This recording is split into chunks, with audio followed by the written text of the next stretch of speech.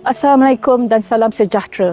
Berikutan perkembangan pesat bandar di Malaysia, perumahan sosial telah diwujudkan oleh kerajaan untuk menampung sewa rumah yang tinggi dan juga harga rumah yang tinggi. Juga kenaikan bilangan setinggan yang berhijrah ke kawasan bandar. Kerajaan telah mewujudkan dasar sifar setinggan mulai 2005 dan mereka, penduduk setinggan, boleh beralih ke rumah kos rendah PPR dengan jayanya. Sekarang, PPR bukan saja untuk orang setinggan tetapi juga untuk golongan berpendapatan rendah iaitu secara umumnya dikenali sebagai B40.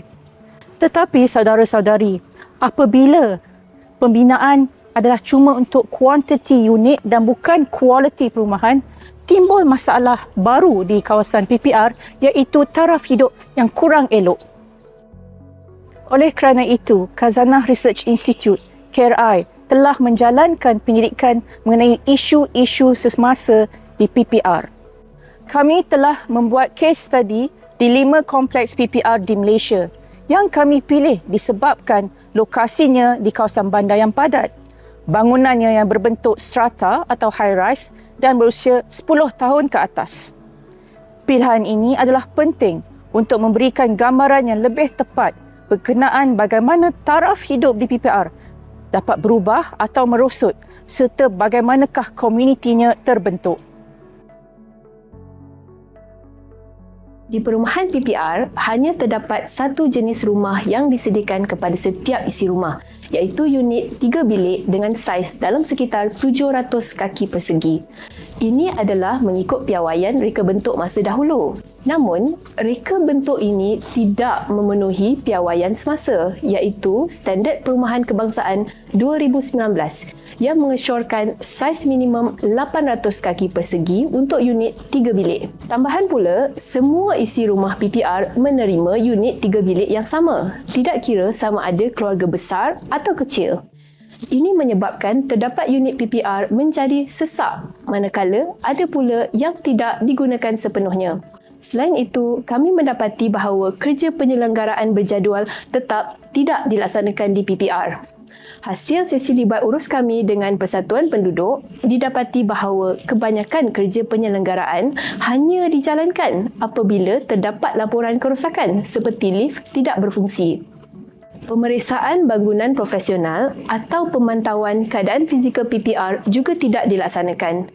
Kami turut mendapati bahawa tiada penyelarasan insentif antara mereka yang membina iaitu Kerajaan Persekutuan dengan entiti yang menyelenggara bangunan PPR iaitu kerajaan negeri.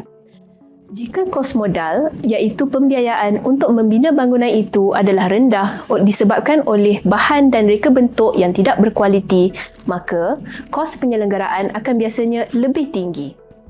Insentif kewangan ini boleh diselaraskan dengan lebih baik dengan pendekatan kos kitaran hayat atau life cycle costing. Pendekatan ini menganggar kos yang diperlukan untuk bangunan sepanjang kitaran hayatnya, dari pembinaan hingga perobohan, termasuk kos penyelenggaraan jangka panjang. Ada juga isu berkaitan pemilikan atau penjualan rumah PPR. Tak dinafikan bahawa ramai rakyat Malaysia berhasrat untuk memiliki sebuah rumah. Menyedari perkara ini, polisi di Malaysia telah lama cuba mengutamakan pemilikan rumah berbanding sewa, termasuk untuk mereka yang kurang mampu. Namun, hasilnya tak semuanya positif.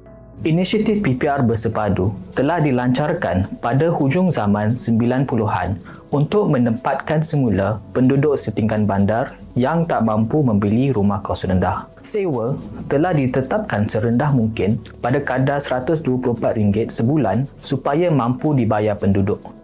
Tetapi, kadar sewa ini tidak pernah dinaikkan walaupun anggaran kos penyelenggaraan kini lebih tinggi daripada kadar sewa. Sebalik itu, kerajaan meneruskan agenda pemilikan rumah kos rendah. Pada tahun 2009, sebanyak 62% daripada stok perumahan awam KL telah dijual. Ini petunjuk bahawa kadar sewa PPR yang disubsidi tinggi tidak mampan tanpa kenaikan sewa yang ketara. Isu penyelenggaraan berkait rapat dengan hal pemilikan rumah PPR. Di Malaysia, perumahan berstrata diuruskan oleh badan pengurusan yang dibentuk oleh pemilik unit sahaja Untuk PPR, badan pengurusan hanya boleh dibentuk apabila kadar pemilikan mencapai peratusan yang mencukupi. Tetapi, sebahagian besar penduduk PPR adalah penyewa. Oleh itu, bagaimanakah komuniti PPR mampu mengurus secara efektif? Malangnya, mereka biasanya hadapi cabaran pembiayaan kerana kutipan yuran penyelenggaraan yang tak cukup. Sebenarnya, adakah munasabah jika tanggungjawab penyelenggaraan dibebankan atas orang yang kurang berkemampuan, terutamanya apabila bangunan itu kurang elok rekaannya? Satu lagi kesan apabila rumah PPR dijual adalah ia mengurangkan stok perumahan awam untuk pemohon masa depan. Ini kritikal di kawasan bandar padat di mana permintaan perumahan adalah tinggi dan sangat ramai pemohon masih menunggu untuk masuk PPR. Oleh itu, kerajaan perlu mempertimbangkan semula dasar pemilikan rumah PPR berserata di kawasan padat sama ada ini patut diteruskan. Perumahan sosial yang merangkumi PPR patutlah dilihat hanya sebagai satu langkah sebuah keluarga dalam tangga hartanah mereka ataupun properti ladang mereka di mana matlamat akhirnya adalah untuk beralih ke pasaran swasta. Pasaran swasta lah yang patut menjadi sektor yang memenuhi kebanyakan permintaan perumahan di Malaysia. Tak realistik untuk mengharapkan kerajaan untuk sendiri bina rumah yang mencukupi kerana ia takkan dapat penuhi kuantiti maupun kualiti yang diperlukan. Memang ini adalah pendekatan jangka panjang dan polisi sokongan perlulah ada dan dikuatkan. Adakah tiada jalan keluar bagi penduduk PPR? Kajian kami mendapati bahawa kira-kira 26% daripada penyewa PPR menikmati taraf hidup yang melebihi tahap keperluan asas dan mungkin berkemampuan untuk keluar dari perumahan sosial. Tetapi, apakah yang mengekang mereka daripada menamatkan penyewaan di perumahan sosial? Antara kekangan utama adalah kekurangan skim alternatif perumahan swasta pada kadar sewa yang mampu ditanggung. Jika berpindah, penduduk PPR perlu membayar kadar sewa yang tinggi antara 2 hingga 7 kali ganda kadar sewa PPR semasa iaitu hanya RM124.